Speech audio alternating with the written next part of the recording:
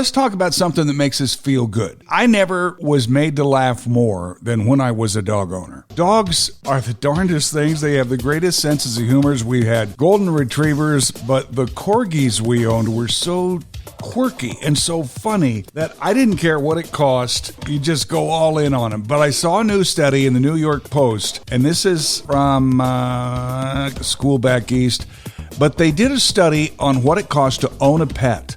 And it is getting stupid expensive. On average, you ready for this? You probably thought this to yourself, how much am I spending on this pet that I love to death? But on average, we're spending almost $4,300 a year for just one pet.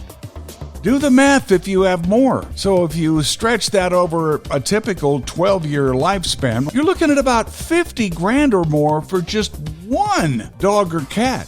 And that's before anything goes wrong. And a lot of us have had pets that lost their lives due to cancer. I know I've had 3 that did that. And you try to mitigate that, surgeries, and that's terribly expensive. But it doesn't help that the vet's costs have jumped 43% in the past 5 years. It's gotten so bad that 37% of pet owners are in debt because of their animals. And the study says it's hitting Gen Z the hardest, which doesn't surprise me, because they haven't quite hit the height of their, earning potential yet. But 46% of Gen Zs are considering a petless lifestyle. The next time you're stocking up on dog food or ordering it online, don't be afraid to try to take a little discount on some. All right, I want to talk weight and weight loss. As a guy who topped out at 321 pounds at one point, I let myself go badly. Still just mortified by pictures of myself back in the mid-2010s, but it happened, and I fought my way out of it. And I saw an article in the New York Post yesterday, underrated weight loss tips. Now, some people have chosen a medical approach, and that's great. If that's what works for them and they've got themselves healthier, more power to them. I didn't want to do that. I figured I ate myself into type 2. I'm going to get my weight. I'm still type 2, but my weight's over 60 pounds less than it was at my worst. Here's 10 underrated weight loss tips. And actually, they gave 20, but I think some of them are kind of stupid.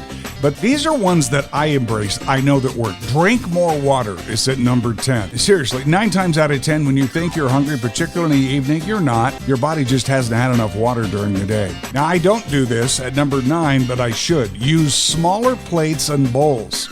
A lot of people just fill blank space. I know I do. So if you need to fill in, then maybe you need a smaller plate. Here's a great idea, and I don't do this, but I'm going to start. In the evening, after your evening meal, brush your teeth right after you eat, because for many, it stops them from eating more. Here's something that Risa and I do every day. After the show's over, we go out for 4 to 5 mile walks every day. I mean, we're walking 25 miles a week. And believe me, I'm still taking weight off because of it. That's number 7. Number 6, don't be a trash can. This is great advice. If you're eating just because you don't want to throw it away and it's in the fridge, then just put it in the trash. Okay? Number 5, eat anything but not everything. Have some deep dish pizza, but only have one piece. Try to keep yourself in a caloric deficit. Number 4, realize losing weight isn't temporary, okay? Diets don't work. You're going to revert back to where you were. Losing weight is a permanent lifestyle change. Otherwise, you're just starting over every single time. I think we can all agree on that. Number 3, if you're prone to snacking, be more picky with your snacks that you eat. I eat peanuts at night. I eat some walnuts. Try to eat smart things. Risa eats blueberries. I hate blueberries, but she eats them. Number 2, and this is really big. I do this too. Build small, achievable habits. Like, if I don't have 10,000 steps by 1 o'clock, something's wrong.